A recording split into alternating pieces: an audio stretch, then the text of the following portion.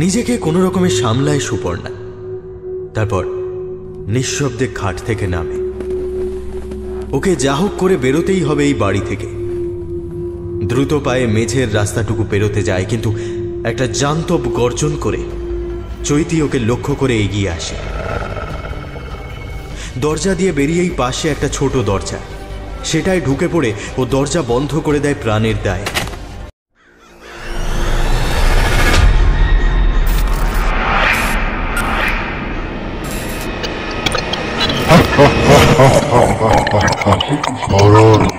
বাংলা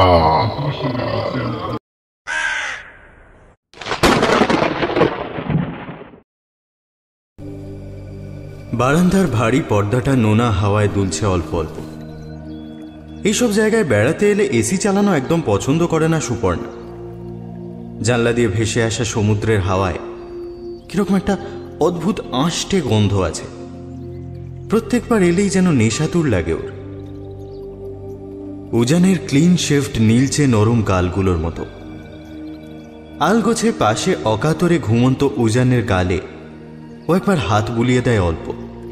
তারপর উঠে অনাবৃত গমরঙা ছিপছিপে শরীরে বিছানার চাদরটা জড়িয়ে কটেজের লাগোয়া ছোট ঘেরা ব্যালকনিতে এসে দাঁড়ায়। বুক ভরে টেনে নেয় নোনতা অক্সিজেন। প্রথমবার সমুদ্রে বেড়ানো যদিও স্পষ্ট মনে নেই ওর পুরোটা, তবে সমুদ্রের সামনে হাঁ হয়ে দাঁড়িয়েছিল বেশ অনেকক্ষণ, সেটা মনে আছে। ওকে কোলে তুলে জলে নামানো হয়েছিল ঠিকই, কিন্তু সেটা ওর তেমন ভালো লাগেনি।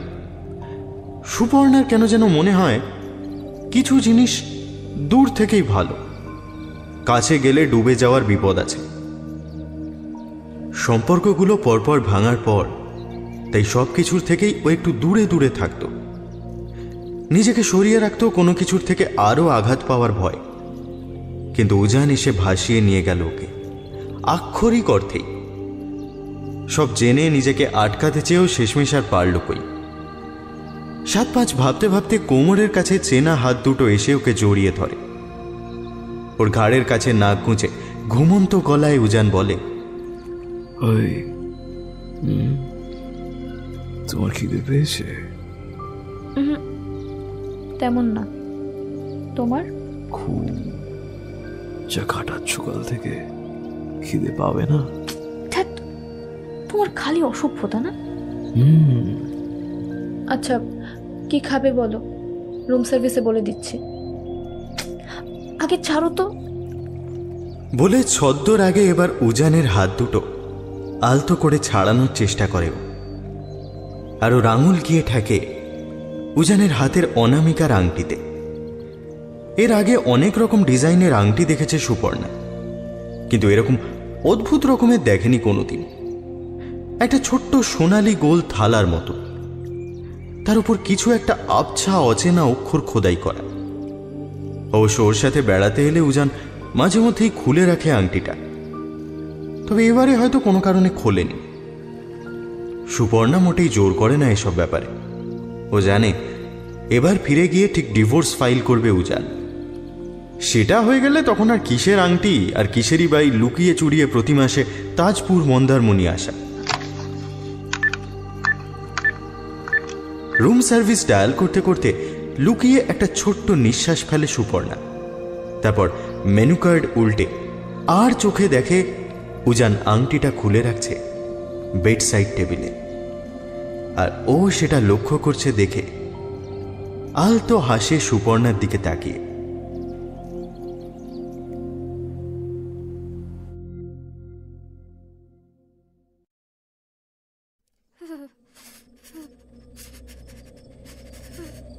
মিম্মি ঠকঠক করে কাঁপছে ঠান্ডায়। পুরনো অ্যাসবেস্টাস চালটা ফুটো হয়ে গেছে জায়গায় জায়গায়। সেখান থেকে ঠান্ডা হাওয়া ঢুকে ছুরির মতো মাংস কেটে একবারে হাড়ে ঢুকে যাচ্ছে। একমাত্র সম্বল ছেঁড়া কাঁথাটা মায়ের গায়ে চাপা দেওয়া।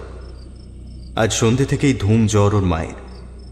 চোখ দুটো টকটকে অথচ ঘোলাটে লাল। ওষুধ কি দিতে হয় সেসব জানে না ছোট্ট মিম্মি। বাড়িতে খাবারও সেরকম কিছু নেই। মা যদিও ওকে বারবার বলেছে কাল সকালেই নাকি সব ঠিক হয়ে যাবে। খিদেও পেয়েছে অল্প, মা এবার জ্বরের ঘোরে ঘুমিয়ে ওঠে মৃদু। গ্লাসে জল নিয়ে এগিয়ে যায় মিম্মি। মা হাত নেড়ে ইশারায় জিজ্ঞেস করে ওর খিদে পেয়েছে কিনা। মিম্মি নেতিবাচক মাথা নাড়ায়। মা তাও খুব আস্তে আঙুল দেখায় খাটের পাশে একটা ভাঙা শানকির দিকে। তাতে তলানি কিছু একটা গাঢ় থকথকে তরল রয়েছে। গিয়ে শানকিটা হাতে নিয়ে থমকে যায়। ওর ইন্দ্রিয়গুলো সজাগ হয়ে ওঠে হঠাৎই। ঘুরে তাকিয়ে দেখে মাও ধর্মরিয়ে উঠে বসেছে বিছানার ওপর। এবার সামান্য একটা আওয়াজ হয় কুঁড়ের পেছনের দিকে। মিম্মি তাকিয়ে দেখে মা জ্বরগায়ী ঝটপট উঠে পড়ে দ্রুত হাতে কিছু জিনিস গুছিয়ে নিয়ে একটা ছোট্ট পুঁটলি বাঁধছে। পর মুহূর্তেই ওর হাত ধরে রান্নাঘরের দিকে গিয়ে তাকের পেছনে লুকিয়ে পড়ে দুজনে। মুহূর্ত পরেই কয়েকটা ধকধকে আগুনের গোলা কারা যেন ছুঁড়ে দেয় দরজা দিয়ে ওদের ঘরের ভেতর। নিমেষে জ্বলতে শুরু করে ওদের মা মেয়ের ভাঙাচোরা সামান্য গেরস্থালি। মাথার ওপরের ফুটো চালটাও জ্বলতে থাকে দিকে দিকে। ঠান্ডা কেটে গিয়ে এবার গরম লাগতে শুরু করে মিম্মির। মুঠোয় ধরা হাতের নরম আঙুলগুলো যেন পুড়তে থাকে মায়ের দেহের অসম্ভব উত্তাপে।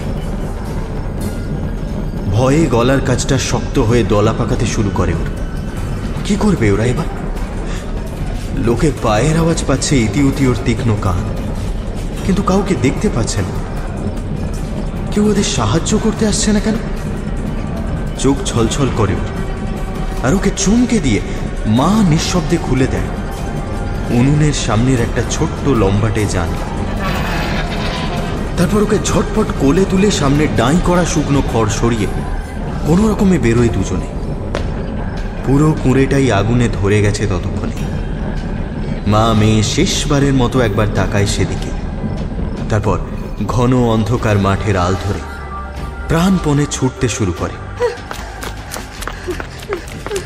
ছুটতে ছুটতে মিম্মি দেখে মা হাঁপাচ্ছে অল্প। ও এবার দাঁড়িয়ে পড়ে থামায় মাকে। তারপর মায়ের হাতটা চেপে ধরে বসিয়ে দেয় বুক সমান জংলা ঘাসের মধ্যে। বসো না মা একটু, তোমাকে এখানে কেউ দেখতে পাবে না। তোমার না গায়ে জ্বর? মা উত্তর দেয় না, চুপচাপ বসে থাকে বুকের কাছে পুঁটলিটা আর এক হাতে শক্ত করে মিম্মির হাত ধরে।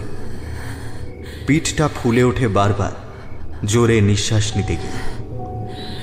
মিম্মি কপালে হাত ছুঁয়ে দেখে যথেষ্ট গরম এখনো। খোলা আকাশের তলায় ওর কাঁপুনিটা আবার ফেরত আসতে থাকে। হঠাৎ আবার থমকে যায় মা মেয়ে। দূরের ঘাসে একাধিক মৃদু সরসর আওয়াজ হচ্ছে। দুজন দুজনের দিকে চকিতে তাকিয়ে নেয় একবার। তারপর জংলা ঘাসের মধ্যে অদৃশ্য হয়ে যায় মা। আর মিম্মি নিঃশ্বাস বন্ধ করে দাঁড়িয়ে থাকে। অন্ধকারে চোখ সইয়ে এবার একটা কালো মাথা চোখে পড়ে ওর। গুঁড়ি মেরে ঘুরপথে এগোয় সেদিকে। খানিক বাদে নিঃশব্দে লোকটার পেছনে গিয়ে ছায়ার মতন দাঁড়ায় মিম্মি। লোকটা বুক সমান শিশির ভেজা ঘাস সরিয়ে ওদের খুঁজতে খুঁজতে এগোচ্ছে সতর্কভাবে। ঝাঁপিয়ে পড়বার ঠিক আগের মুহূর্তে মিম্মি দেখে লোকটা আর নেই, সামনে শুধু ঘাস। ও এবার তাকায় চারদিকে। একটা চেনা গরম ছোঁয়া পায় হাতের আঙুলে। হাতটা ওকে ছুটিয়ে নিয়ে চলে সামনের উজ্জ্বল হাইওয়ের দিকে। ছুটন্ত ট্রাকের হেডলাইটের আলোয় মিম্মি আবছা দেখে চোখ দুটোর মতো মার ঠোঁট দুটো এখন টকটকে লাল। হাইওয়ের সর্পিল পিচ রাস্তায় উঠে শেষমেশ ওরা থামে। হাঁপাতে হাঁপাতে পাশাপাশি উবু হয়ে বসে পড়ে দুজন। পাশ থেকে উজ্জ্বল হলুদ আলো ছুঁয়ে ছুঁয়ে ছুটে যায় ওদের সশব্দে। ফ্রকের কোনা দিয়ে মায়ের শুকনো ঠোঁট দুটো মুছিয়ে দেয় মিম্মি পরম মমতায়। এবার আর ওর কান্না পায় না। ওকে আরো অনেক বড় হতে হবে। এবার থেকে মায়ের খেয়াল রাখতে হবে।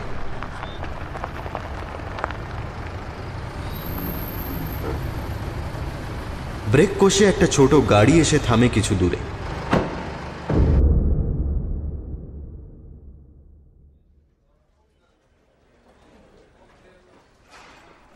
কফিতে চুমুক দিয়েই মুখটা কুঁচকে ফেলে উজান। কফি মেশিনটা গেছে ক্যান্টিনের, নিমতে তো একদম কফিটা। অথচ সন্ধ্যের পর একটু ব্ল্যাক কফি না হলে উজানের চলে না কিছুতেই। আর বাড়িতে গেলে সেসবের আবার কোনো ব্যাপার নেই।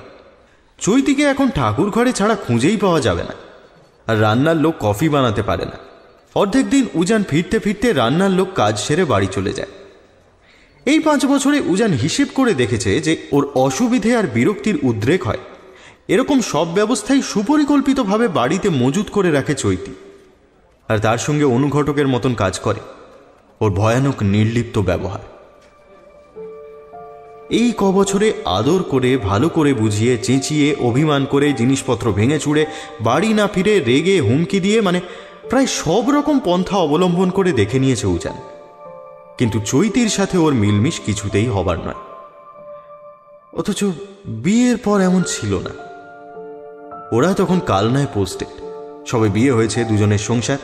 চৈতি অনাথ বলে ওর বাড়ির লোকেরা কোনো রকমে বিয়ে দিয়েই হাঁপ ছেড়ে বেঁচেছিল।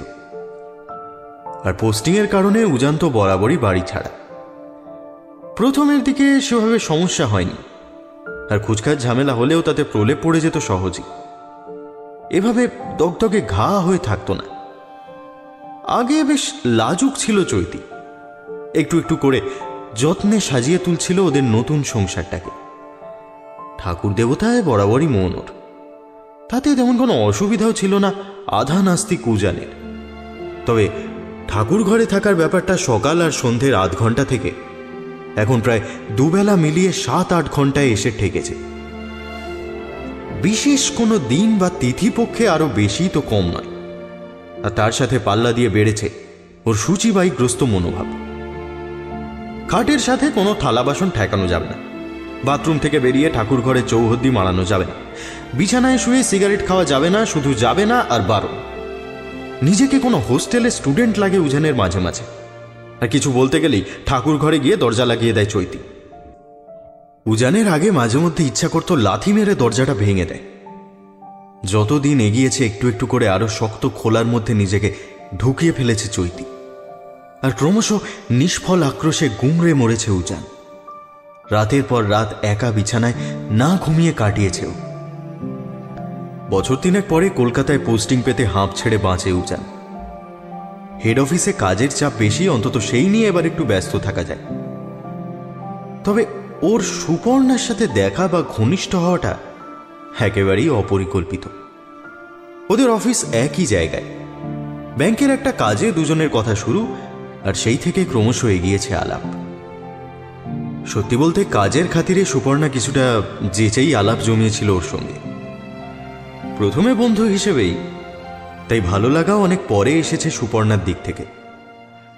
হয়তো উজান বিবাহিত বলে, বা হয়তো সুপর্ণার আগের সম্পর্কগুলো সুখের হয়নি বলে, সে নিয়ে বেশি মাথা ঘামায় না উজান। সুপর্ণার মতো দৃঢ়চেতা ও স্থিতধী মেয়েই ও চেয়ে এসেছে বরাবর। কথায় কথায় একতরফা ঝগড়া করে করে ও ভীষণ ক্লান্ত। আর ও এখন বিশ্বাস করে প্রত্যেকটা মানুষের অধিকার আছে ভালো থাকার। কিন্তু বিশ্বাসঘাতকতা করে এভাবে দুনৌকায় পা দিয়ে ও চলবে না। দরকার হলে চৈতিকে খোরপোশ দিতেও রাজি, কিন্তু ডিভোর্সও দেবে। চেনা উকিলের কাছে এর মধ্যে ঘুরে এসেছে ও একবার, আর কথাটা খুব শিগগিরই বলতে হবে বাড়িতে। তলানি তেতো ঠান্ডা কফি সমেত কাগজের কাপটা দুমড়ে মুছড়ে ডাস্টবিনে ফেলে দেয় উজান। তারপর ব্যাগ গুছিয়ে বেরিয়ে পড়ে।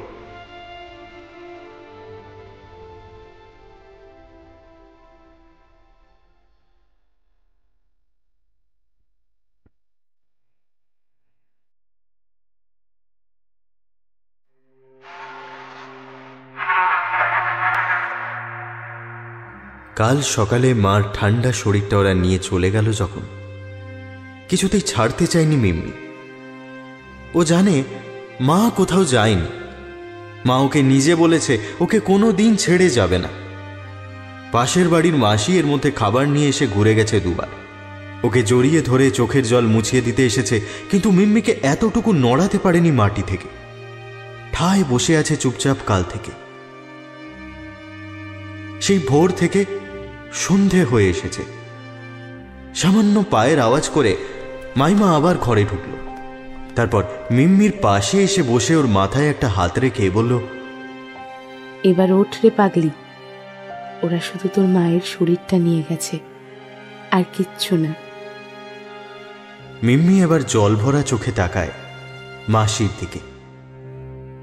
মাসি বলে, তুই জানিস না তোর মায়ের সবটুকু নিয়েই তো তুই। কিন্তু মাসি, মা ছাড়া আমি একা। তোর মায়ের সময় ফুরিয়ে এসেছিল রে, আর পারছিল না। কিন্তু কিন্তু এবার তুই তো সব। আমি আছি তো তোর সাথে, একা কোথায় তুই? হ্যাঁ, আমি সব সময় আছি। মিম্মি এতক্ষণে জড়িয়ে ধরে মাসিকে। মাসি ওর গায়ে মাথায় হাত বুলিয়ে বলে, চল খেয়ে নিবি, আমার সাথে ও বাড়িতে চল, তোকে আজ আমি নিজের হাতে খাইয়ে দেব। এখানে দিয়ে গেলে আবার একা খাবি কিনা তার নেই ঠিক।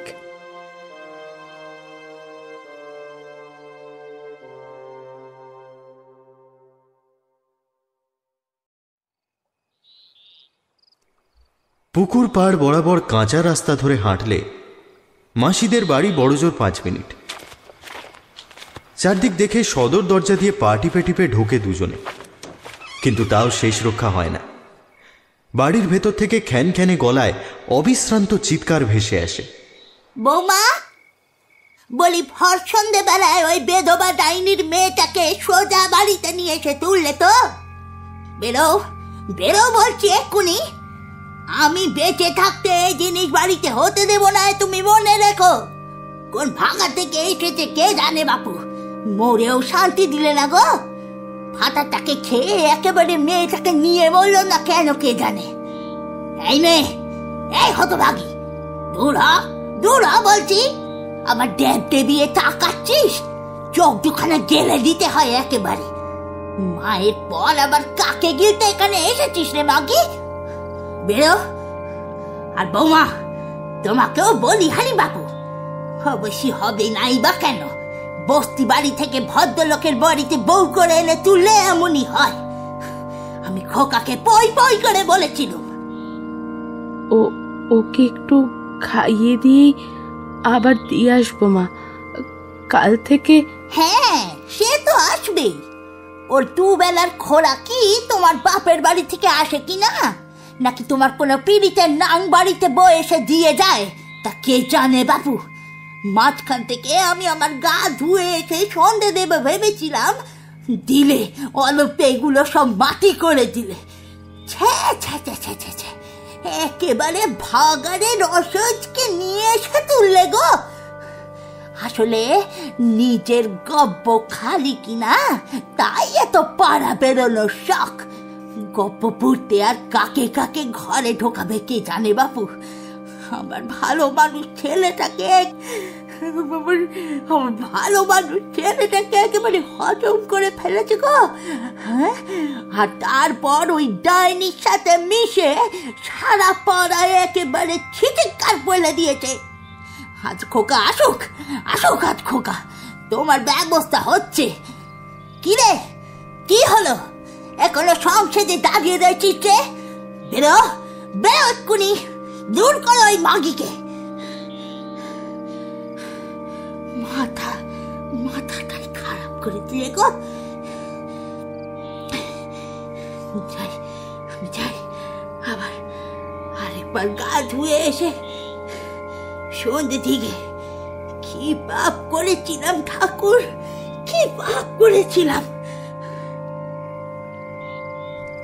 গাঢ় অন্ধকার নামে এবার উঠোনে। তার মধ্যে দুটো ছায়া দাঁড়িয়ে থাকে চুপচাপ। কান্নার দমকে মাসির পিঠ ফুলে ওঠে নিঃশব্দে। পাশে মিম্মি দাঁড়িয়ে থাকে চুপচাপ।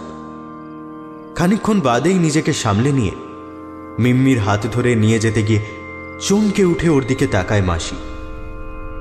আধারে ধকধকিয়ে জ্বলছে ওর চোখ দুটো, আর গা যেন একদম পুড়ে যাচ্ছে গরমে। মিমি, করিস না মা, এসব ছেড়ে দে। ও এক্ষুনি বাড়ি এসে যাবে। আমি ঠিক আছে রে একদম।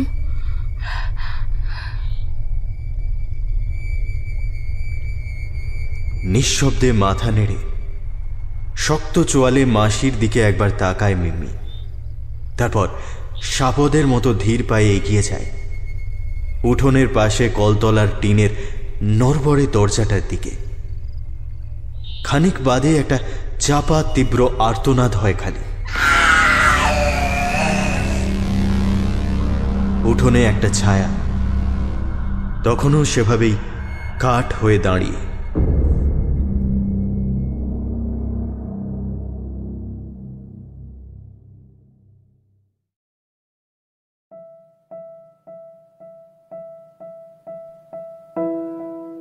আজ 2 সপ্তাহ ধরে চৈতিকে কথাটা বারবার বলি বলি করেও বলতে পারছে না।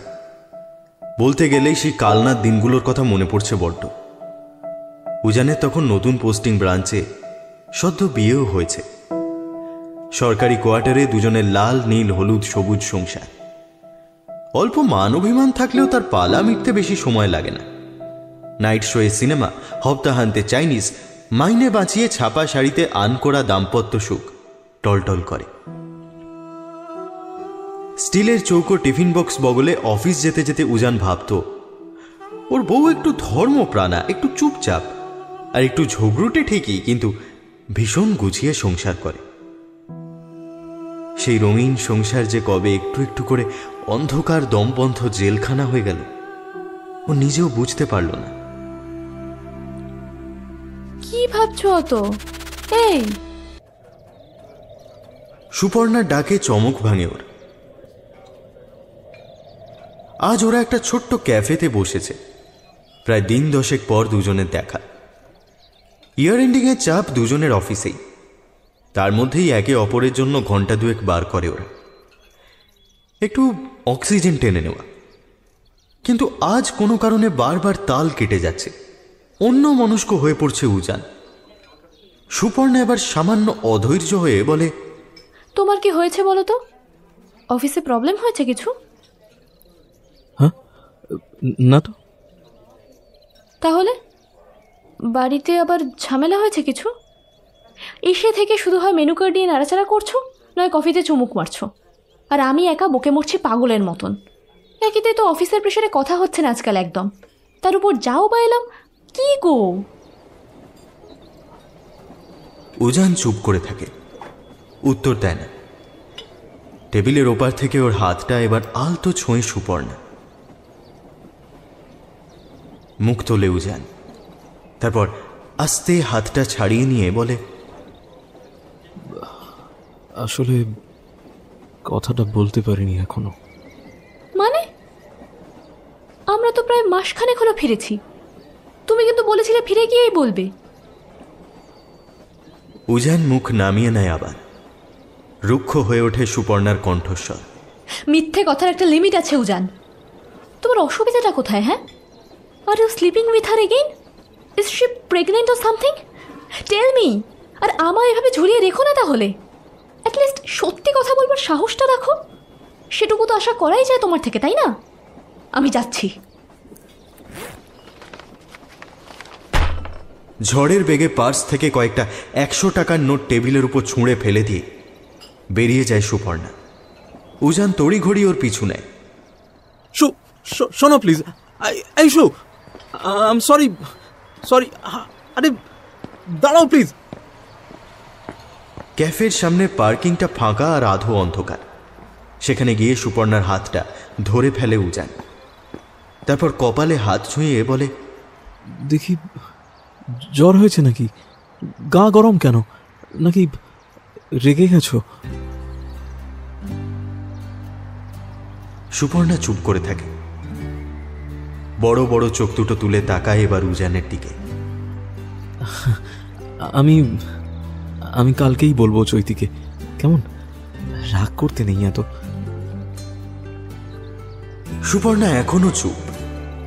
উজান বুঝতে পারে চুপ থেকে নিজের রাগকে কমাচ্ছে, আর এই জন্যেই এত ভালো লাগে ওকে। সব সময় ঠান্ডা ধীর স্থির। ওর পিঠে এবার হাত দেয় উজান। আস্তে আস্তে দুজনে হাঁটতে শুরু করে। আমি চেষ্টা করব রোজ অফিস থেকে বেরিয়ে ফোন করতে।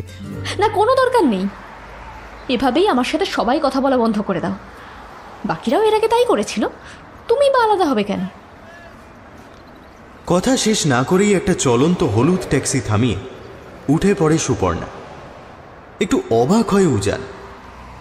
এর আগে তো কখনো সুপর্ণা নিজের প্রাক্তনের কথা তোলেনি ঝগড়ার মধ্যে। আজ কি হলো হঠাৎ? চিন্তিত মুখে ও আবার অফিস মুখ হয়। না, মন ঠিক করে নিয়ে চৈতিকে কথাটা বলতেই হবে। আজ তেমন হলে একটু বলে কয়ে না হয় তাড়াতাড়ি বেরোবে অফিস থেকে। হঠাৎ কাঁধের ওপর একটা হাত এসে পড়ে, তার সঙ্গে একটা চেনা গলা। উল্টো দিকের কেবিনের মনোতোষ না? ও এখানে কি করছে এই সময়? আরে উজানদা, তুমি এখানে? এই একটু কাজে। তা তুই এদিকে কি ব্যাপার? আরে আমার তো শ্বশুর বাড়ি এখানে। শালার ছেলের অ্যাপেন্ডিক্স অপারেশন হয়েছে, তাই একটু খবর নিতে এসেছিলাম। আচ্ছা উজানদা, সুপর্ণা কুণ্ডুকে দেখলাম একটু আগে ট্যাক্সিতে উঠতে। তুমি চেনো নাকি ওনাকে? কেন বলতো? তুই চিনিস নাকি? আমার সাথে আগের অফিসে কাজ করতো তো, চিনবো না? ডেঞ্জারাস ভদ্রমহিলা, ছেলেদের কাঁচা মাথা চিবিয়ে খেতে সিদ্ধ হস্ত, বিটিও আছে 2-3টে, কোনোটাই টেকেনি বুঝলে। উল্টে আরো কি সব গন্ডগোল আছে, স্বামী মারা গেছে নাকি কানাঘুষো শুনেছিলাম। সত্যি মিথ্যে জানি না, তবে একটু সাবধানে থেকো। এই ধরনের মহিলারা একবার চেপে বসলে আর ছাড়ে না কিছুতেই। কি সব বকছিস তোর? আমি চিনি না ওই নামের কাউকে। না চিনলেই ভালো। এই আমি এগোলাম গো, বউকে আবার বাড়ি পৌঁছে দিতে হবে। কাল অফিসে দেখা হচ্ছে, এলাম।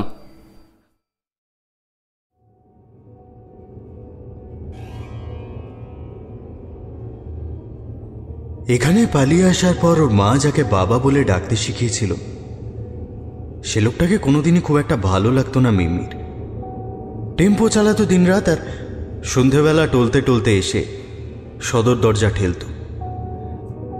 তেমন একটা কথাবার্তা যে বলতো ওর সাথে তা অবশ্য নয়, এসেই বাইরে খাটিয়া পেতে শুয়ে পড়ত।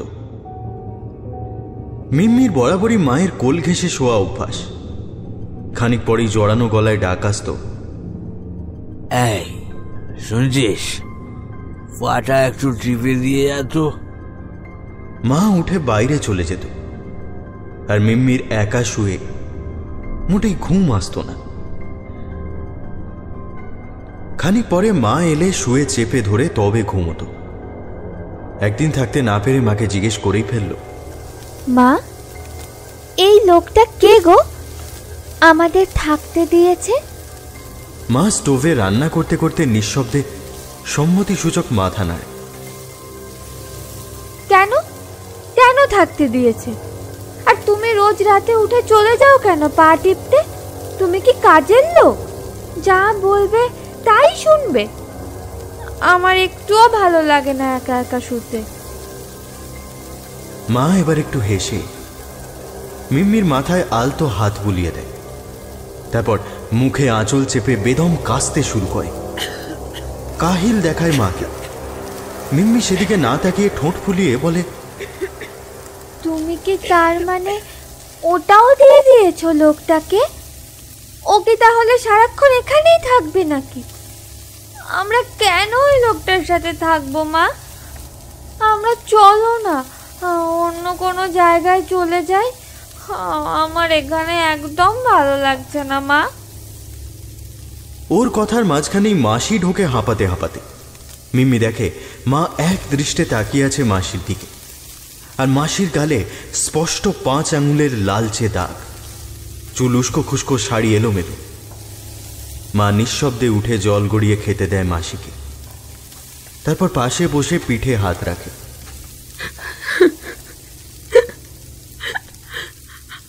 আমি আর পারছি না গো দিদি, আর পারছি না।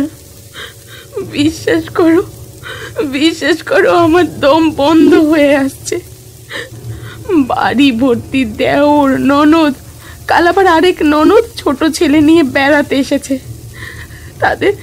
তাদের সবার সামনে আমার লজ্জায় মাথা কাটা যায় দিদি।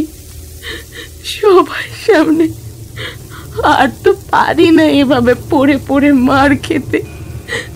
বড্ড কষ্ট হয় দিদি, বড্ড কষ্ট হয়। তুমি আমাদের কাছে এসে থাকো না মাসি। আমার একটুও ভালো লাগে না ওই লোকটার সাথে থাকতে। তা কি হয় রে পাগলি, তুই যদি সব বুঝতিস। বলে মাসি এক নিঃশ্বাসে জলটা শেষ করে। তারপর মার দিকে তাকিয়ে বলে, তোমার মুখ চোখ আজ এরকম কেন লাগছে দিদি? শরীর খারাপ নাকি? সরো সরো, আমি রান্না করে দিচ্ছি। মিমি, কি হয়েছে রে তোর মায়ের? দেখি। ও বাবা, গা যে বেশ গরম। এই না না না, তুমি যাও, গিয়ে শুয়ে থাকো, আমি সবটা করে দিচ্ছি। যাও যাও যাও, এক্ষুনি শুয়ে পড়ো, যাও।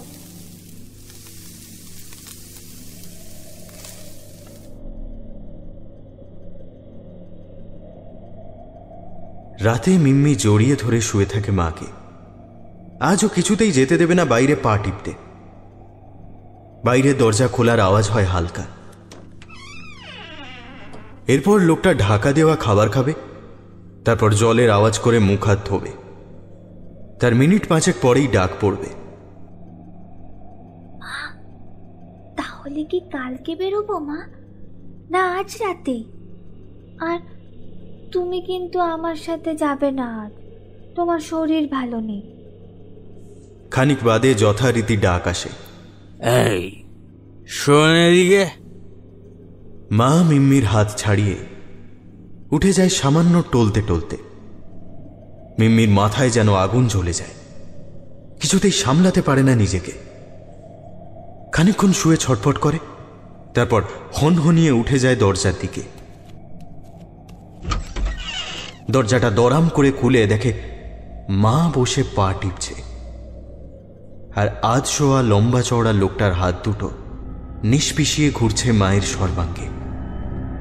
আঁচলের তলায় আধখোলা শাড়ির নিচে, আর লোকটার হাতে ওটা কি চকচকে। দরজা খোলার আওয়াজে মা চমকে তাকায় ওর দিকে। ছেড়ে দাও বলছি আমার মাকে। ও মা, তুমি শোবে, চলো আমার সাথে, এক্ষুনি চলো।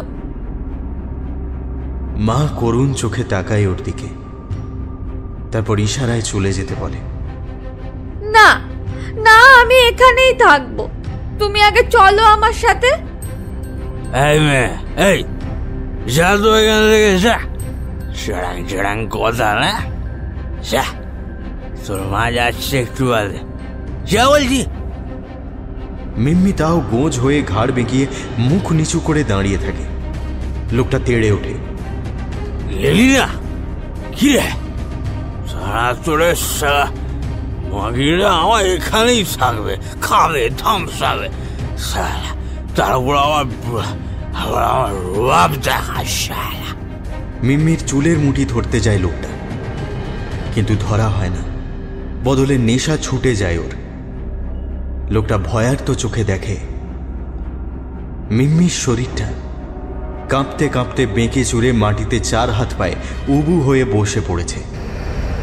চোখের মণি দুটো উল্টে গিয়ে ধপধপে সাদা, আর ঠোঁটের সীমানা ছাড়িয়ে উঁকি মারছে ছোট্ট ধপধপে দুটো সদন্ত। মাটিতে রাখা হাত পায়ের নখও ক্রমশ বড় হয়ে উঠছে। মিম্মি এবার নিখুঁত লক্ষ্যে লাফিয়ে পড়ে লোকটার উপর। সন্ধ্যা লোকটা প্রথমে এক ঝটকায় সরিয়ে দেয় ওকে, তারপর এগিয়ে গিয়ে চুলের মুঠি ধরতে যায় আবার, কিন্তু পারে না। পেছন থেকে আরেকটা মোক্ষম কামড়ে লোকটার ঘাড়ের মাংস উঠে আসে অনেকটা। মাটিতে শুয়ে পড়ে যন্ত্রণায় কাতরাতে থাকে লোকটা। চটচটে রক্তে ভেসে যায় চারদিক। মা মেয়ে ঠোঁট চাটতে চাটতে একে অপরের দিকে চকিতে তাকিয়ে নেয় একবার। মিম্মি তাড়াতাড়ি এগিয়ে এসে লোকটার হাত থেকে খুলে নেয় জিনিসটা, তারপর দুজনে মিলে নিজেদের ধারালো নখ দিয়ে লম্বা লম্বি চিরে ফেলে ছটফট করতে থাকা শরীরটাকে। আস্তে আস্তে লোকটার কাতরানি ক্ষীণ হয়ে আসে। মা মেয়ে দুজনেই ততক্ষণে 4 হাত পায়ে উবু হয়ে বসে নিজেদের খিদে মেটাতে ব্যস্ত। ঘন নীল আকাশে শুধু একা রক্তাভ চাঁদ জেগে থাকে।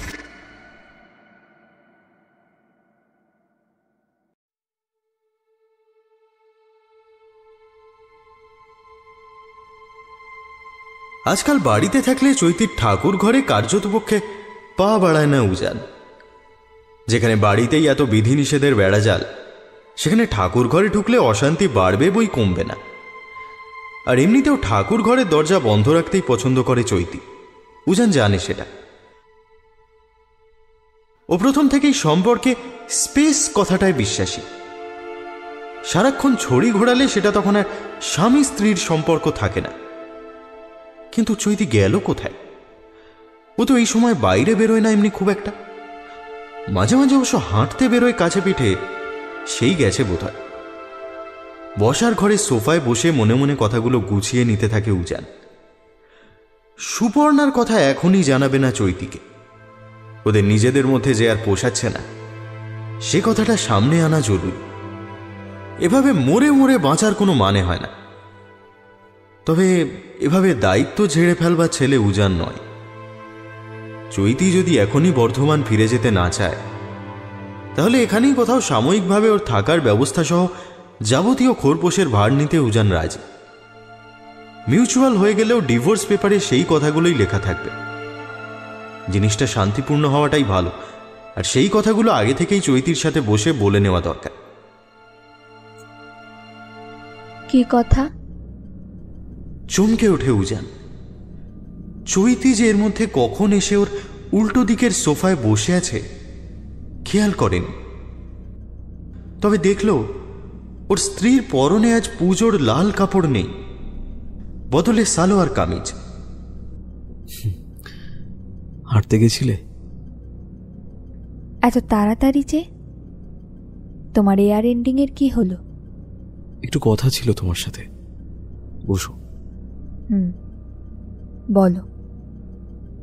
হ্যাঁ, বলছিলাম এই যে ধরো আমাদের মধ্যে এত ঝামেলা, এত অশান্তি, দুবেলা একসাথে এক ছাদের তলায় থাকা পোষায় না, সেটা নিয়ে অনেকদিন ধরেই তোমায় বলবো ভাবছিলাম আর কি।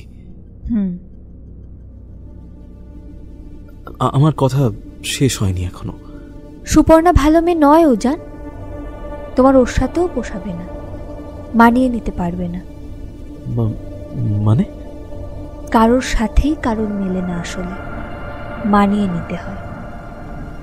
দুজনেই চুপচাপ খানিকক্ষণ। উজান বুঝতে পারে না এতদিনের যাবতীয় সাবধানতা সত্ত্বেও চৈতি সুপর্ণার কথা জানলো কি করে। কেউ বলেছে না কেউ নিজেই দেখেছে কোথাও?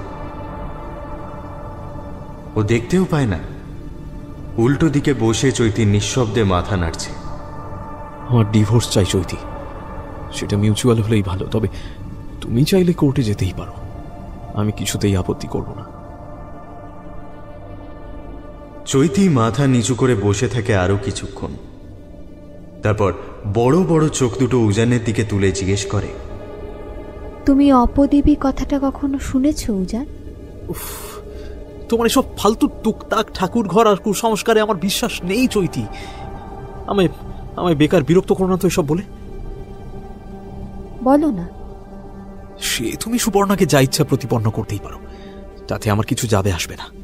আমায় ভয় দেখিয়ে লাভ নেই চৈতি, আমার সিদ্ধান্ত তাতে বদলাবে না। অনেক সহ্য করে নিয়েছি তোমার এইসব ন্যাকামো, আর সহ্য হয় না। ভয় দেখাচ্ছে না উজান, নিজেই ভয় পাচ্ছি। তাতেও কিচ্ছু লাভ নেই। আমি আর এভাবে দিনের পর দিন বাঁচতে পারছি না, বিশ্বাস করো। তোমার যা টাকা পয়সা লাগবে আমি তাও দিতে রাজি আছি। তুমি চাইলে আমার সাথে উকিলের কাছেও যেতে পারো, কিন্তু আর না।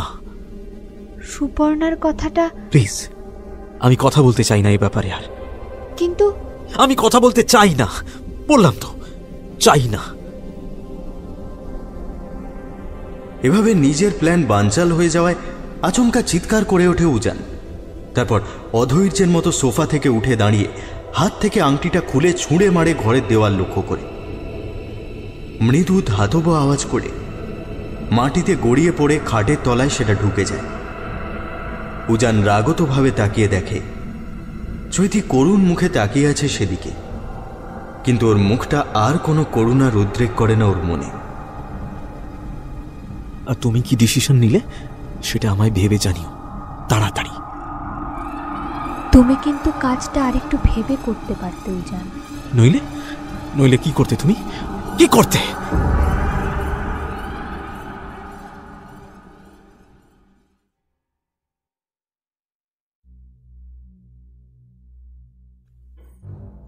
সব শুনে এবার মাসি থম মেরে যায় খানিকক্ষণ, তারপর ভারী গলায় বলে, এটা তুই কি করলি মিম্মি?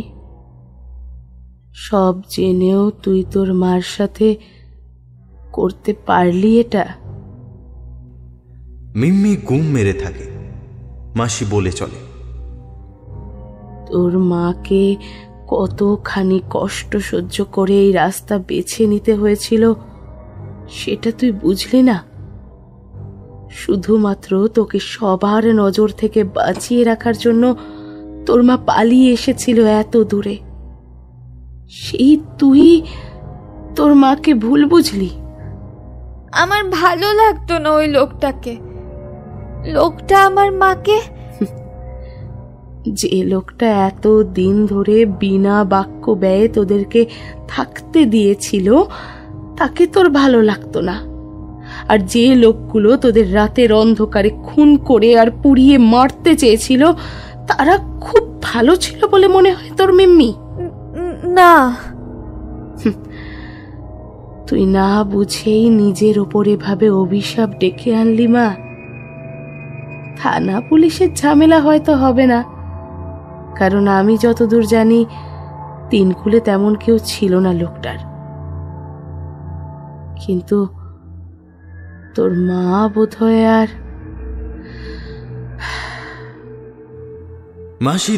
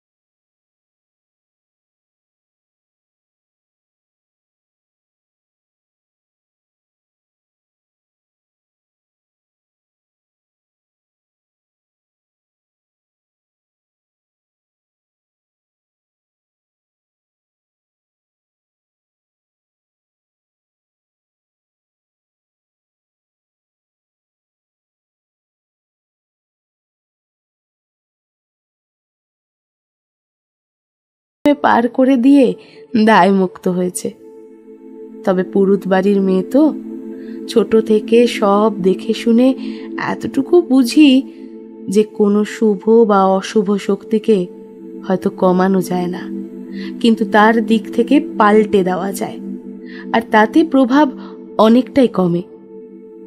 তোর ভেতরে যে অসম্ভব শক্তি আছে, তার দিক পরিবর্তন করলে হয়তো তার প্রভাব কমবে অনেকটাই।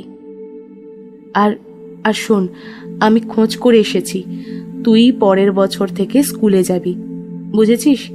ক্লাস 5-এ বলে কয়ে ভর্তি হয়ে যাবে, ঠিক?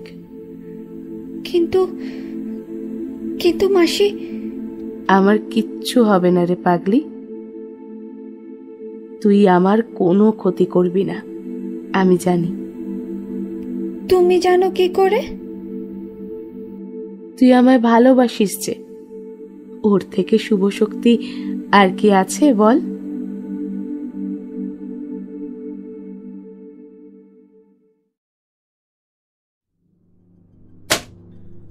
পাগলের মতো ফোনটা এবার ছুঁড়ে ফেলে দেয় সুপর্ণা।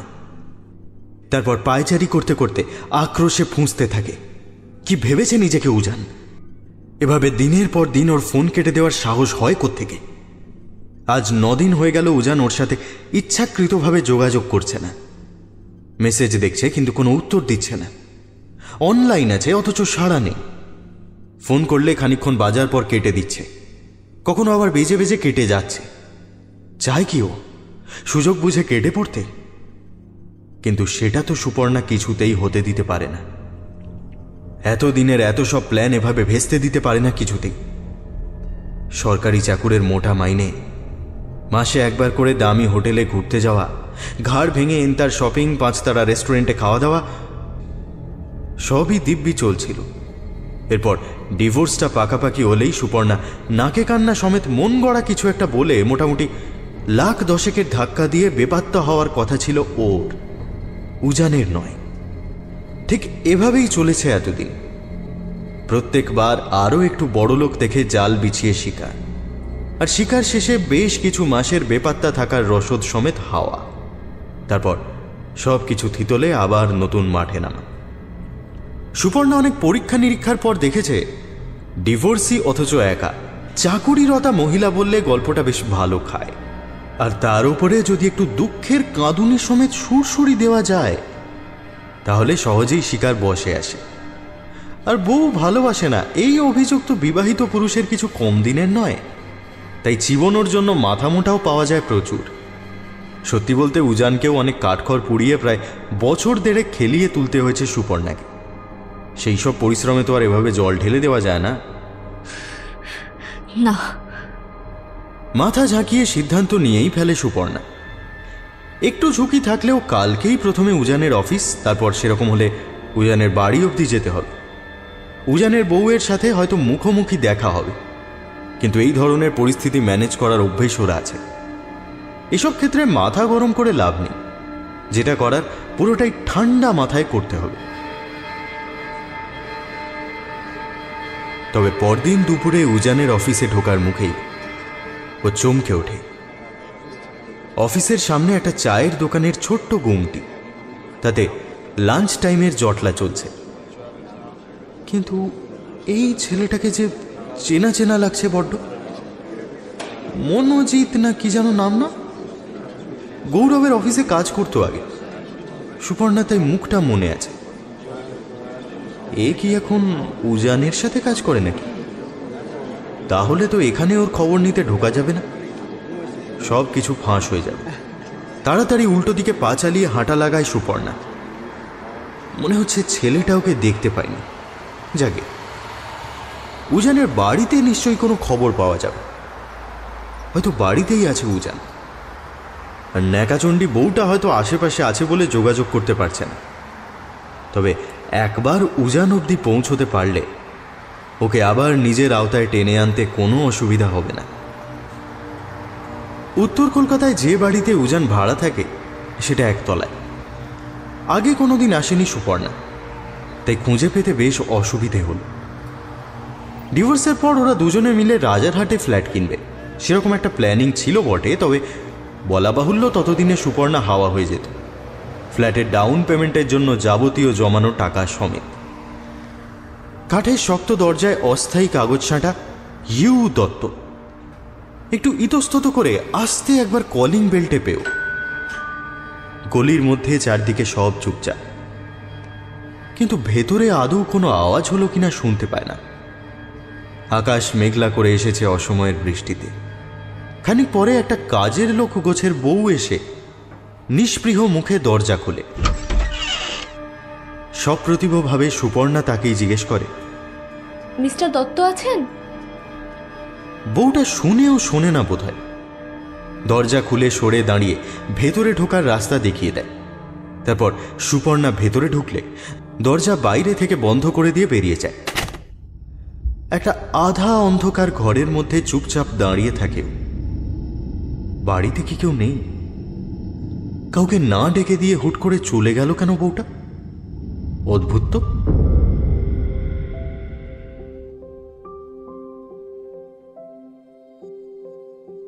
মিম্মি স্কুলে ভর্তি হওয়ার পর মাসি বিকেলবেলা রান্নার কাজ ধরেছে এক বাড়িতে। ও সঙ্গে যায় বই খাতা বগলে। রান্নাঘরে পাশে বসে চুপচাপ পড়াশোনা করে। বুড়ো বুড়ির সংসার, ঠাকুমা বাতে অকেজো প্রায়, তাই একবেলা গিয়ে দুজনের রান্না করে দিয়ে আসতে হয় মাসিকে।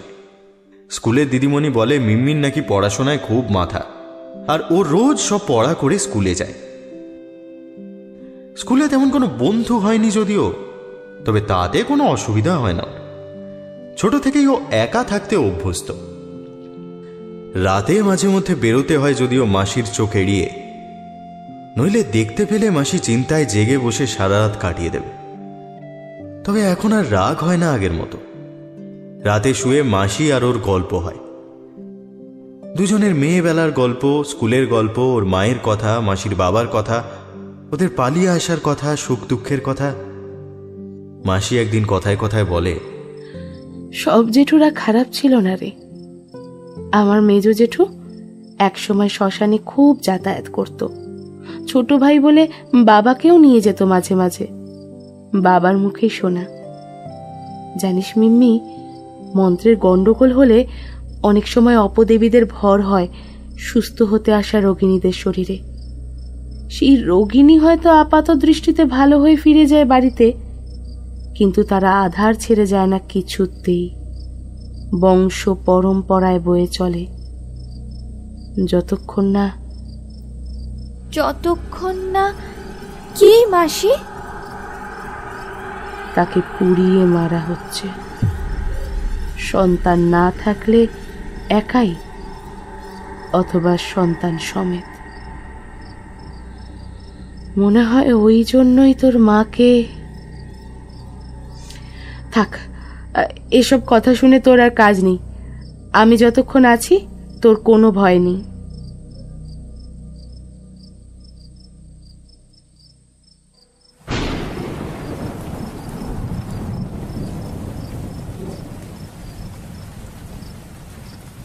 আজ সন্ধে থেকেই আকাশ ভেঙে বৃষ্টি হচ্ছে।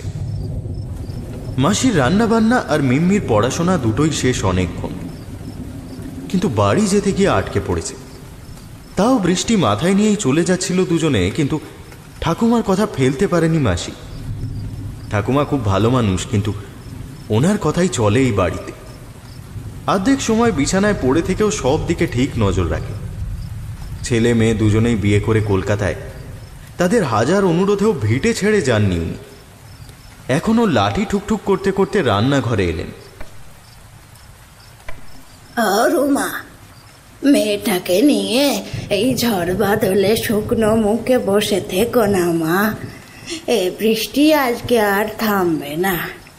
যাও কিছু বানিয়ে খেয়ে নাও দুজনে। কাল বৃষ্টি থামলে ভোরে উঠে চলে যেও বরং। না না কাকিমা, আপনাদের খাবারটা বরং বেড়ে দিই, আপনারা দুজনে খেয়ে নিন, অনেক রাত হয়ে গেছে। তুমি তো ভালো কথাই বুঝবে না, বুঝে গেছি। এই আমি বসলাম এখানে, তোমাদের দুজনের কিছু একটা চাপাও দেখি আগে, তারপর আমাদের খাবার বাড়বে। মাসি তাও একটু ইতস্তত করে অল্প চালে ডালে চাপিয়ে দেয় স্টোভে। ঠাকুমা মিম্মিকে বলে, এই মেয়ে, মন দিয়ে পড়াশোনা করছিস তো? ও লম্বা ঘাড় হেলায়। তুই এত শান্ত কেন রে? হ্যাঁ, তোর বয়সী আর কোনো মেয়েকে প্রত্যেকদিন এভাবে এক ঠায় বসে থাকতে দেখিনি বাবু। সে মেয়ে মানুষের শান্তশিষ্ট হওয়া অবশ্য ভালো, কিন্তু তোর তোর চোখ দুটো যে... ঠাকুমার কথা শেষ হবার আগেই এক প্রচণ্ড ধাক্কায় সশব্দে ভেঙে যায় দুর্বল সদর দরজা। 3টে ষণ্ডা লোক ঢুকে আসে উঠোনের অঝোর বৃষ্টির মধ্যেই। চারদিকে তাকাতে গিয়ে ওদের দিকে তাকিয়ে থমকে যায় খানিক। এদিকেও ওরা 3জনই স্থানুবৎ। শুধু মিম্মি শুনতে পায় ওরা নিজেদের মধ্যে খুব চাপা গলায় আলোচনা করছে।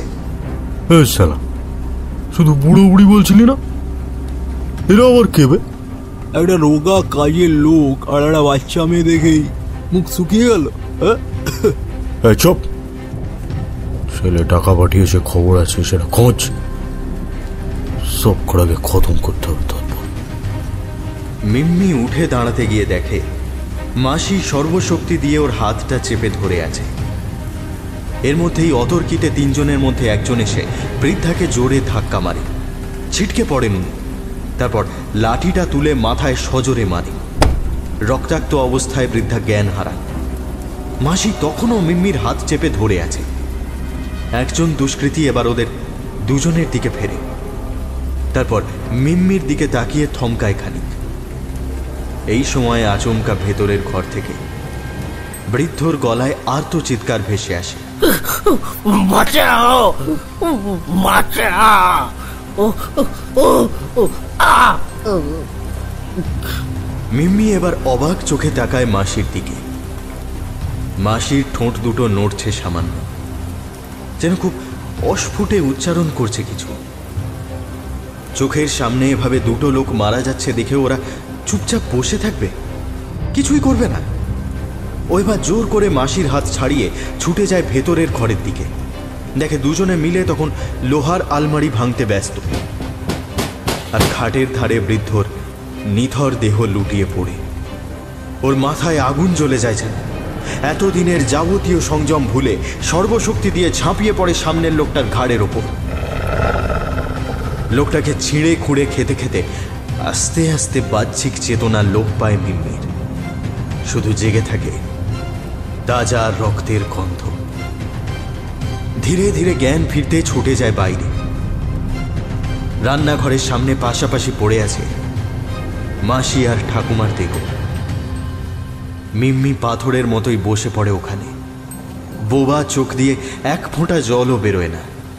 হঠাৎ মৃদু গোঙানি আসে কোথা থেকে।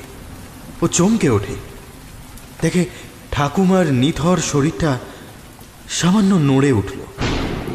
ছুটে গিয়ে ও পাশে বসে। তুই এখানেই থাকবি বুঝলি?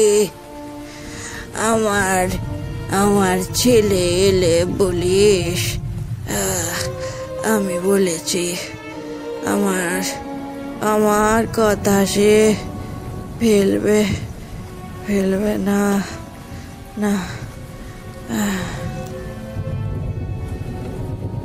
ওভাবেই বাকি রাতটুকু বসে থাকে মিম্মি। রাত যে চিরকালই ওর জীবনে সর্বনাশা অভিশাপের মতো নেমে আসবে বুঝতে পারে হয়তো। 2বার হেঁচকি তুলে বৃদ্ধাও চির ঘুমে ঢলে পড়েন।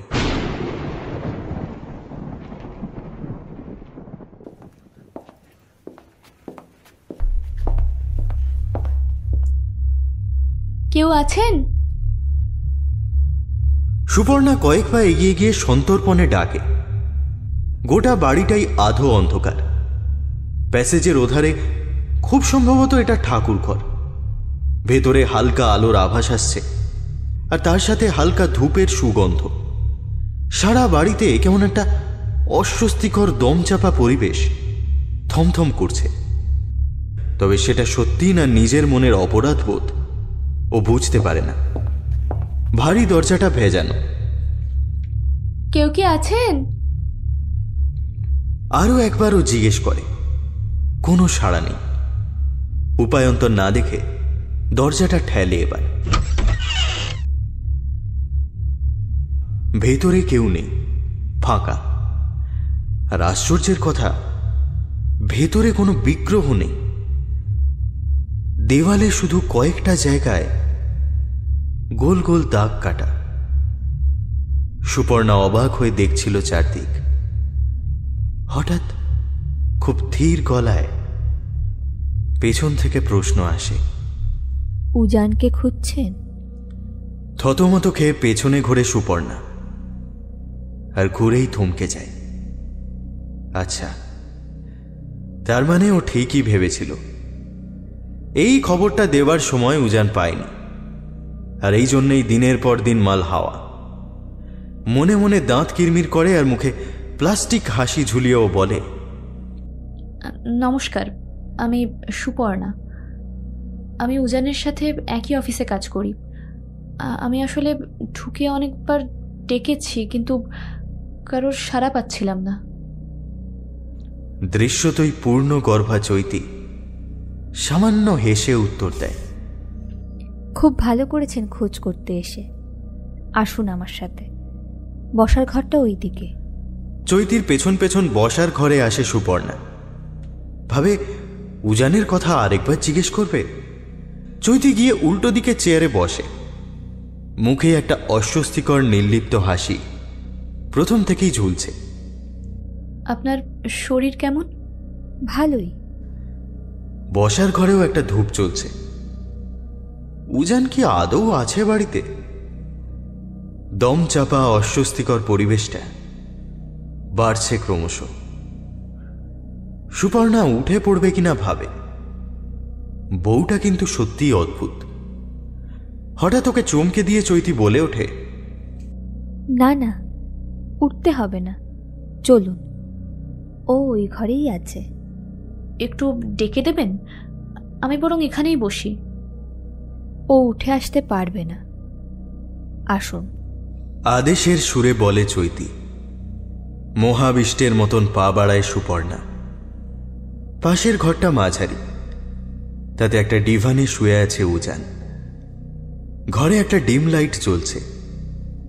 উজানের মুখটা ওদিকে ঘোরানো ঠিকই, তবে দেহের লম্বা চওড়া কাঠামোটা সুপরিচিত। পাশে একটা চেয়ারে ওকে বসতে ইশারা করে চৈতি। বসতে বসতে সুপর্ণা জিজ্ঞেস করে, উনি কি অসুস্থ? না তো। ও, আমি ভাবলাম শরীর খারাপ বলে হয়তো ঘুমোচ্ছেন। কথার কোনো উত্তর আসে না। সুপর্ণার রীতিমতো অস্বস্তি হতে থাকে। এই ঘরে কিছু একটা আছে, যাতে গা ছমছম করে অকারণেই। এবার ওকে আরো বিপদে ফেলে কাছে পিঠের কোনো টিনের চালে ঝমঝম আওয়াজ তুলে বৃষ্টি নামে। ওর হাতের আংটিটা তো আপনার আবার পছন্দ ছিল না, তাই না? আমি জানি। আচমকা আক্রমণে খানিক থতমত খায়। তারপর ঝটপট নিজেকে গুছিয়ে নিয়ে বলে, দেখুন মিসেস গাঙ্গুলি, আমি ওনার সাথে অফিসে কাজ করি। বসের হুকুমে ওনার খবর নিতে এসেছি, কিন্তু এ ধরনের অপ্রাসঙ্গিক কথাবার্তা বলে লাভ নেই। আমি বরং আমি জানি। আংটিটা এখন ওর হাতেই আছে, দেখুন। ওকে বাঁচানোর জন্যই পরানো। তাও শেষ রক্ষা করতে পারলাম কই। সুপর্ণাকে কেউ যেন চেয়ারে আঠা দিয়ে আটকে দিয়েছে। মানে উজান বেঁচে নেই?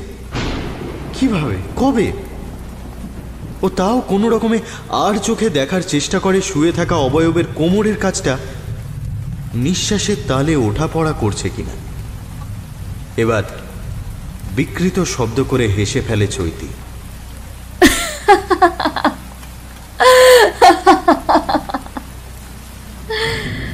বিশ্বাস হচ্ছে না, তাই না? আমারও হচ্ছিল না প্রথমে। ভেবেছিলাম এতদিনে বোধহয় সব চুকে বুকে গেছে, কিন্তু কিন্তু উজান এসে ডিভোর্সের কথাটা বলতে আমি আর মাথা ঠিক রাখতে পারিনি। এতদিনের সব চেষ্টা ধুর। মানে দেখুন, আপনি ওকে পথে বসিয়ে পালাবেন তাতে আমার কোনো আপত্তি নেই, কিন্তু কিন্তু বারবার আমায় ছেড়ে সবাই পালিয়ে যাবে সেটা আমি বারবার হতে দেব না, কিছুতেই দেব না। ওর বউ খুন করেছে উজানকে এই অবস্থায়? ঠিক বিশ্বাস হয় না সুপর্ণা। তবে এই মুহূর্তে মাথা ঠান্ডা করে এখান থেকে বেরোনো জরুরি। এর বউ যে সাইকোপ্যাথ বুঝতেই পারছে, আর এত কিছু জানলই বা কি করে? পুলিশের কাছে যাবে না ও, কিন্তু নিজের প্রাণ বাঁচানো জরুরি। আমি উঠি। আমি আমার মাকে বাঁচাতে পারিনি জানেন, মায়ের সমান মাসি কেউ না। অন্যের বাড়িতে দয়ায় পড়েছিলাম এক কোণে। উজানকে বিয়ের দিন দেখে ভালো লেগেছিল। ওর যদিও আমাকে ভালো নাও লাগতে পারে, কিন্তু ওর থেকে দূরত্ব না রাখলে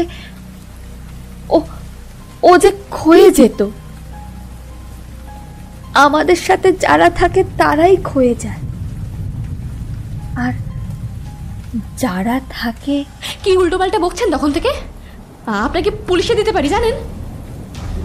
আপনি ভয়ের চোটে অফিসেই খোঁজ করতে যেতে পারলেন না, আর আপনি যাবেন পুলিশে?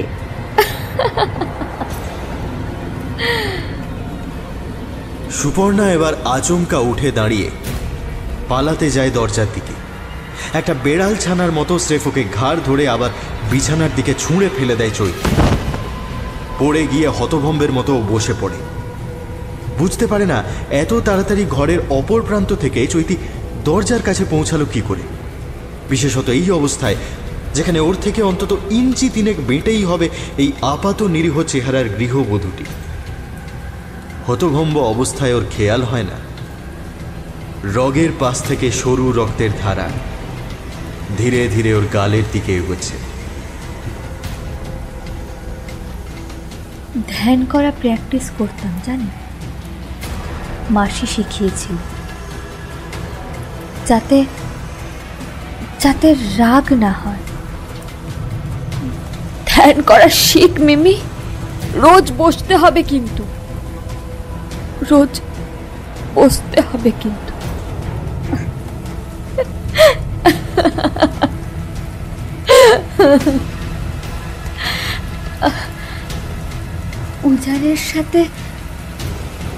উজানের সাথে শেষের দিকে তো সেভাবে কথা হতো না, আর পরে বুঝলাম শুধু রাগ নয়, ওটা অনেকটা টানের মতো জানেন তো। নিয়তিকে এড়ানো না বড় মুশকিল। আবার নিজের মনে অসংলগ্ন বকতে থাকে চৈতি। পালিয়ে লাভ নেই বুঝতে পেরে খাটের এক কোণে জড়সড় হয়ে বসে সুপর্ণা। বাইরে মেঘলা দিনের আলো মরে আসছে দ্রুত। তাও বেশ কয়েকবার তাকিয়ে ওর নিঃসন্দেহ হয় যে খাটের ওপর উজানের আবছা অবয়বটি নিষ্পন্দ। উজান কি সত্যি বেঁচে নেই? ওর বউ কি বদ্ধ উন্মাদ?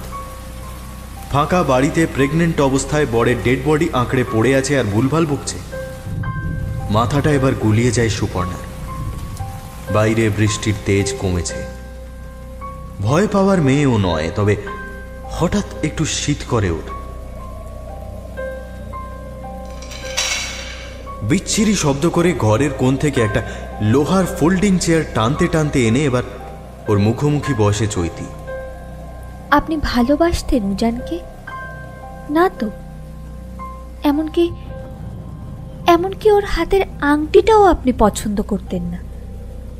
কিন্তু কি বলুন তো, ওই আংটিটা যারা পরে থাকে তাদের আমরা কোনো ক্ষতি করতে পারি না। অনেকটা না ওই মাদুলির মতো। আর যদি একান্তই করে ফেলি তখন আবার আমাদের মুশকিল হয়ে যায়। আমার মায়েরই তো হয়েছিল। যাই হোক, এসব কথার আপনার না জানলেও চলবে। তবে আপনি আজকে এসে সত্যিই বড় উপকার করলেন। মানে উজান কি করেছেন আপনি? ওর হার্ট আগের থেকেই দুর্বল ছিল। আপনার সাথে বেড়াতে যখন যেত আপনি আপনি ওর ওষুধের পাতাটা দেখেননি? এতটা বোকা তো আপনি নন। আমার সাথে উজানের এত কথা হতো না, এমনকি আপনার এই অবস্থার ব্যাপারেও সে আমায় কিছুই জানায়নি। তা তো বটেই।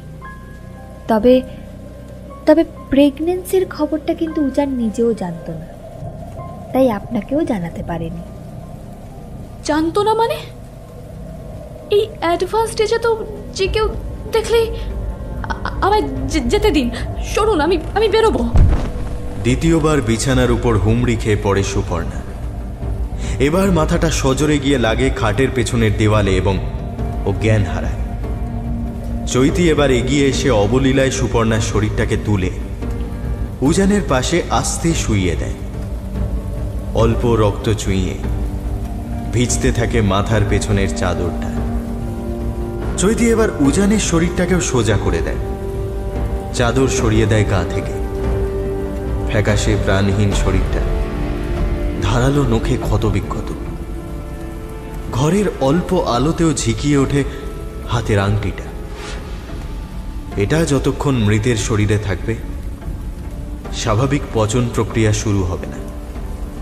নবজাতিকা ভূমিষ্ঠ হলেই তার জন্য রক্ত লাগবে অনেকটা। যদিও উজানের শরীর থেকে অনেকটাই রক্ত এই কদিনে বেরিয়ে গেছে, তাও শেষ বিকল্প হিসেবে আংটিটা না খুলেই শরীরটাকে বাঁচিয়ে রেখেছিল চৈতি। কারণ রক্তের খোঁজে এই অবস্থায় রাস্তায় বেরোলে কোনোভাবে ধরা পড়ে যাওয়ার সম্ভাবনা। এতদিন এই আংটিটা যতক্ষণ উজানের হাতে থাকত, ওর গতিবিধির সমস্ত খবর থাকত চৈতির কাছে। ও কোত্থেকে খবরগুলো পাচ্ছে বুঝতে না পেরে সেদিন রেগে গিয়েছিল বেচারা উজান, মারতে তেড়ে এসেছিল চৈতিকে। আর খুব শান্তভাবে উজানের হাতটা ধরে ওর দিকে তাকিয়েছিল চৈতি। আর মুহূর্তের মধ্যে মারমুখী উজান আচমকা বদলে জড়িয়ে ধরেছিল বউকে। খানিকক্ষণ পরে নিজের শরীরের উপর মন্ত্রমুগ্ধ নগ্ন উজানকে দেখতে দেখতে চৈতি ভাবছিল উজানই প্রথম ও একমাত্র পুরুষ যার উপর চৈতি আজকের আগে কোনোদিন এই ক্ষমতা প্রয়োগ করেনি। যদিও আদর শেষে চোখ থেকে চোখ সরাতে ঘোর কেটে গেছিল উজানের।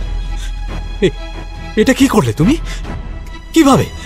বলো আমায়, কে তুমি? বলো আমায় এক্ষুনি। পেছন ফিরে শাড়ির আঁচল ঠিক করছিল চৈতি। ঘুরে বলেছিল, আমি চৈতি, আমি তোমার বউ উজান, আর এবার তোমার বাচ্চার মা হয়ে যাব খুব তাড়াতাড়ি। আমায় ছেড়ে চলে যাও তুমি, প্লিজ। আমায় ছেড়ে চলে যাও, প্লিজ প্লিজ প্লিজ। আমি তোমায় আর ভালোবাসি না চৈতি, ছেড়ে চলে যাও। কথা পুরো শেষ হয়নি উজানের। চার হাত পায়ে ওর ঘাড়ের কাছটা লক্ষ্য করে ঝাঁপিয়ে পড়েছিল চৈতি। তারপর এই 10 দিন ধরে শুধু ধৈর্য ধরে অপেক্ষা করেছে ওর অনাগত কন্যার আর সুপর্ণার জন্য। হ্যাঁ, 10 মাসে নয়, মাত্র 10 দিনেই পরিপূর্ণভাবে বেড়ে উঠেছে ওর সন্তান। আর সেজন্য এই কদিনে অনেকটাই দুর্বল হয়ে পড়েছে চৈতি। এবার ধীরে ধীরে ও শুয়ে পড়ে মেঝেতে।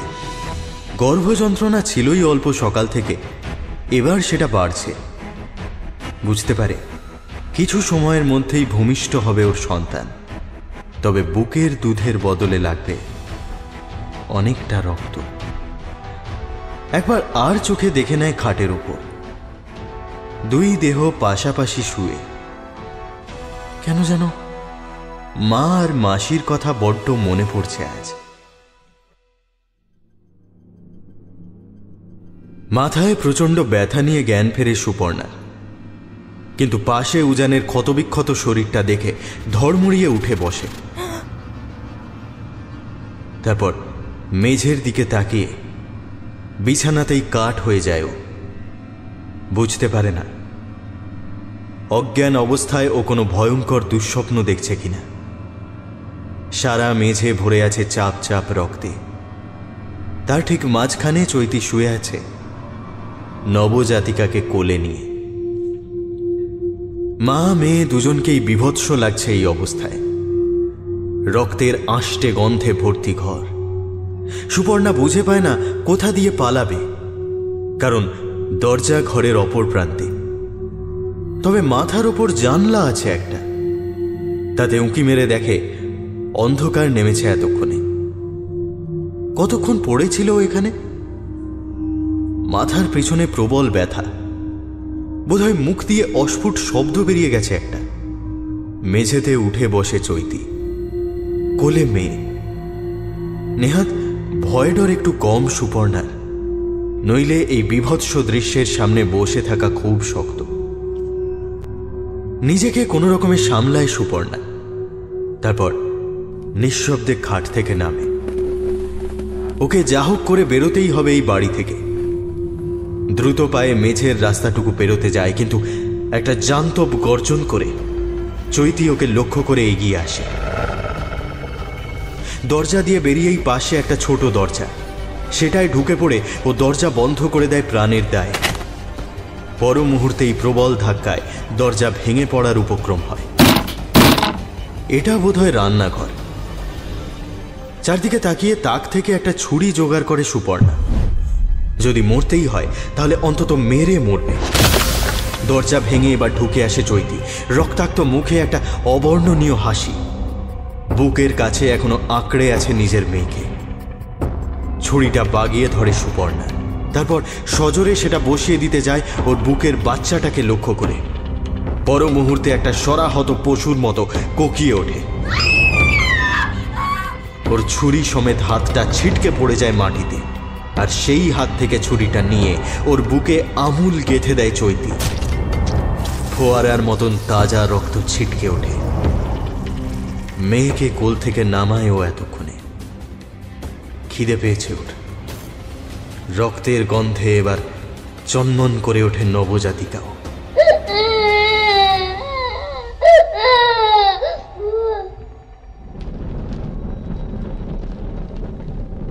দাউ দাউ করে জ্বলে যায় গোটা বাড়ি।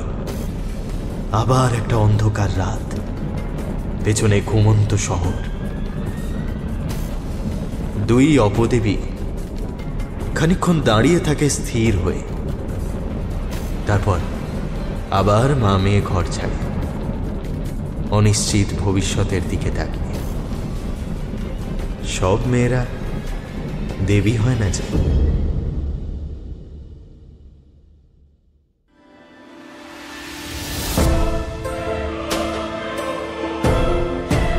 মানুষ সতত স্বার্থপর প্রাণী।